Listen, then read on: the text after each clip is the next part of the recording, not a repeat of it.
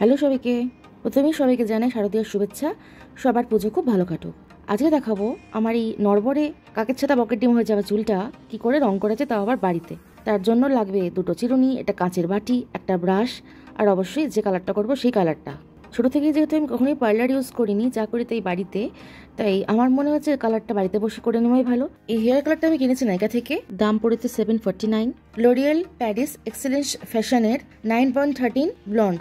তোমরা দেখো কালার করার পরে ঠিক কিরকম কালার আসবে আর ভেতরে কি কি দেওয়া রয়েছে সেখানে এখানে সমস্ত ডিটেলস দেওয়া রয়েছে, লিঙ্ক আমি দিয়ে দেবো। চলো তাহলে এবার প্রসেসটা শুরু করা যাক। প্রথমেই আমি কাঁচি দিয়ে সিল কেটে নিলাম। এবার দেখা যাক বক্সের ভেতর থেকে কি কি পাওয়া যায়। এখানে বলে রাখি, কারোর যদি অ্যালার্জি থাকে তার জন্য 48 আওয়ার্স মানে 2 দিন আগে থেকে এটা লাগিয়ে একবার ট্রাই করে নেওয়া উচিত, যাতে কারোর অ্যালার্জি থাকলে মাথায় দেওয়ার পর বড় কিছু কোনো ক্ষতি না হয়। ভেতর থেকে সলিউশনগুলো বের করার পর একটা ম্যানুয়াল পেলাম কি করে করতে হবে তার জন্য, আর দুটো গ্লাভস মানে 2 হাতে। কারণ আমরা সবাই জানি কালার করার পরে আমাদের যেমন হেয়ার কালার হয় তেমনি মানুষের চামড়া বা স্কিনটাও কিন্তু কালার হয়ে যায়, তাই গ্লাভস পরে করা উচিত। এখানে দেখো দিয়েছে প্রথমে যে সলিউশনগুলোকে একটা পাত্রে বা এখানে যে ওই চিরুনির মাথা দেওয়া যে কৌটোটা রয়েছে তার মধ্যে ঢেলে নিতে হবে, ভালো করে ঝাঁকাতে হবে। তারপর সেটা ইউজ করার পর রাখতে হবে প্রায় 8 ঘন্টা, কিন্তু আমি রেখেছিলাম প্রায় 1 ঘন্টা। আর তারপরে হচ্ছে শ্যাম্পু করতে হবে, শ্যাম্পুর পরে কন্ডিশনার, সমস্ত দেওয়া রয়েছে এখানে, ভাগ ভাগ করে দেওয়া রয়েছে। চলো আমি ওই কন্টেনারের মধ্যে না গুলে বাটি করে করব, কারণ তাতে কন্টেনার করে করলে অনেকটা রং নষ্ট হয়। একটা ইম্পর্টেন্ট কথা হচ্ছে যে রং করার আগে সমস্ত অলঙ্কার খুলে ফেলা উচিত, গলার হার, কানের দোল, নাকচাবি, যার যা আছে, মানে রং লেগে সেগুলো বিক্রিয়া করে খারাপ হয়ে যেতে পারে। তোমরা দেখো এখানে ম্যানুয়াল অনুযায়ী 1A আর 1B ভালো করে মিশ্রণ করতে হবে। এই যে কৌটোটার মধ্যে ঢালার কথা, কিন্তু আমি ঢালবো না, কারণ এর আগে কালার আমি বহুবার করেছি, তাই আমি কাঁচের বাটিতে করছি। আর এই ব্রাশটাও কিন্তু লরিয়েলেরই, আমি আগের বার পেয়েছিলাম। কারণ এই যে কন্টেনারের মধ্যে ঢাললে আর এই যে কাঁটাওয়ালা যে একটা ব্রাশ আছে ওটার মধ্যে দিয়ে বেরোলে অনেকটা নষ্ট হয়, তাই আমার একদম পছন্দ না। এবার দেখো 2 আর 3, এই 2 হলো শ্যাম্পু আর 3 হলো কন্ডিশনার, এটা লাস্টে ব্যবহার হবে। এবার দেখো আমি আমার দেখাচ্ছি দেশি জোগাড়, কারণ টিউবটাকে কাঁচি দিয়ে কেটে ফেলে এবার হাতে করে সেখান থেকে ঢালতে শুরু করলাম। কারণ আমরা হলাম বাঙালি, আমরা কিছুই ফেলে দিই না। টুথপেস্ট শেষ হলে সেটাকেও শিলনোড়া দিয়ে বা বেলনা চাকি দিয়ে বেলে তারপর ব্যবহার করি। জামা কাপড় ছিঁড়ে গেলে সেগুলোকেও আমরা ওই ন্যাতা হিসেবে ব্যবহার করি। 1এটা ঢালার পরে 1 বিটার পালা, সেটা খানিকটা বাটিতে ঢেলে নিয়ে তারপর সেটারও অপারেশন করে তারপর সেখান থেকে বাকিটা সলিউশন আমি বাটিতে ঢেলে নিলাম।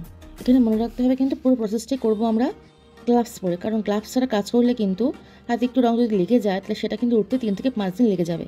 দেখো আমি এবার কালারটাকে ভালো করে গুলে নিচ্ছি, গুলতে গুলতে একটা ব্রাউনিশ কালার চলে এলো। এখানে মাথায় রাখতে হবে এটা কিন্তু ব্রাশ দিয়ে প্রায় 10 মিনিট গুলতে হবে, আর যদি কন্টেনারে ঢালা হয় তাহলে সেটাও কিন্তু 10 মিনিট ধরে ঝাঁকাতে হবে। এবার আমি চুলটাকে আস্তে করে খুলে নিলাম, খুলে নিয়ে ভালো করে চিরুনি দিয়ে আঁচড়ে নিচ্ছি। আমি যেহেতু ভিডিও করছি তাই জন্য আমার সামনে আয়না নেই বলে একটা ছোটো আয়না রাখলাম। এবার চুলটাকে সমান 4 ভাগে ভালো করে ভাগ করে নিলাম, কারণ ভাগ না করলে কিন্তু রঙটা বেশি ব্যবহার হয়, আর সঠিক জায়গায় সঠিকভাবে গোড়া থেকে ডগা পর্যন্ত কিন্তু রঙটা ব্যবহার করা যায় না। চুলটাকে সমান 4 ভাগে ভাগ করে আমি এবার ক্লিপ দিয়ে আটকে নিচ্ছি। এই কাজগুলো করবো বলে আমি আমার হাতে গ্লাভসটা খুলে রেখেছিলাম, তাই সেটা ছিঁড়ে গেছে, তাই আমার কাছে থাকা গ্লাভস ছিল সেটা আমি পরে নিয়েছি। এবার চুলের একটা অংশ খুলে নিয়ে আমি ভালো করে কালার দিতে আরম্ভ করলাম।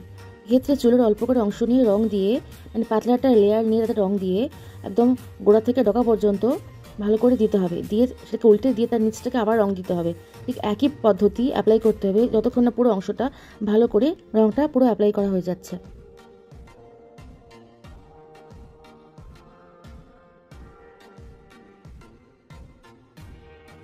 এবার দেখো চুলের যে 4টে অংশ করেছিলাম তার একটা অংশ করা কমপ্লিট, আমি এবার ক্লিপ দিয়ে ভালো করে লাগিয়ে দিলাম। তার আগে ভালো করে একটু আঁচড়ে নিয়েছি যাতে চুলটা সমানভাবে রংটা লেগে যেতে পারে। এবার একই পদ্ধতিতে চুলের যে 3টে অংশ ক্লিপে দেওয়া রয়েছে সেটা খুলে খুলে আমি রং লাগিয়ে দিয়ে তারপরে আমি তোমাদের কাছে সামনে আসছি। এবার দেখো চুলের 4টে অংশ আমার রং লাগানো শেষ। আমি এবার এসিতে আছি, আর এসিতে থাকলে খুব দ্রুত চুলটা শুকোয়, তাই জন্য যাতে আরও ভালো শুকোয় আমি কি করেছি, আমি চুলটা খুলে দিয়েছি। অলরেডি 15 মিনিট হয়েছে, তার মধ্যে কালার ধরতে আরম্ভ করে দিয়েছে।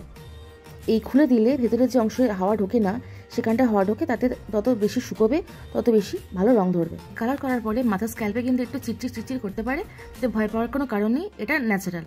এখানে বলে রাখি 1 ঘন্টা রাখার পরে প্রথমে চুলটা কলের তলায় ভালো করে ধুতে হবে, তারপরে ওদের দেওয়া যে শ্যাম্পুটা আছে সেই শ্যাম্পু দিয়ে ভালো করে শ্যাম্পু করার পর একটা কন্ডিশনার আছে সেটা ব্ল্যাক কালারের, তার মধ্যে একটু অভ্র দেওয়া রয়েছে, সেটা দিয়ে চুলের স্ক্যাল্পের একটু দূর থেকে যাতে স্ক্যাল্পে না লাগে সেখান থেকে চুলের একদম এন্ড লেন্থ পর্যন্ত দিয়ে 10 মিনিট রাখতে হবে।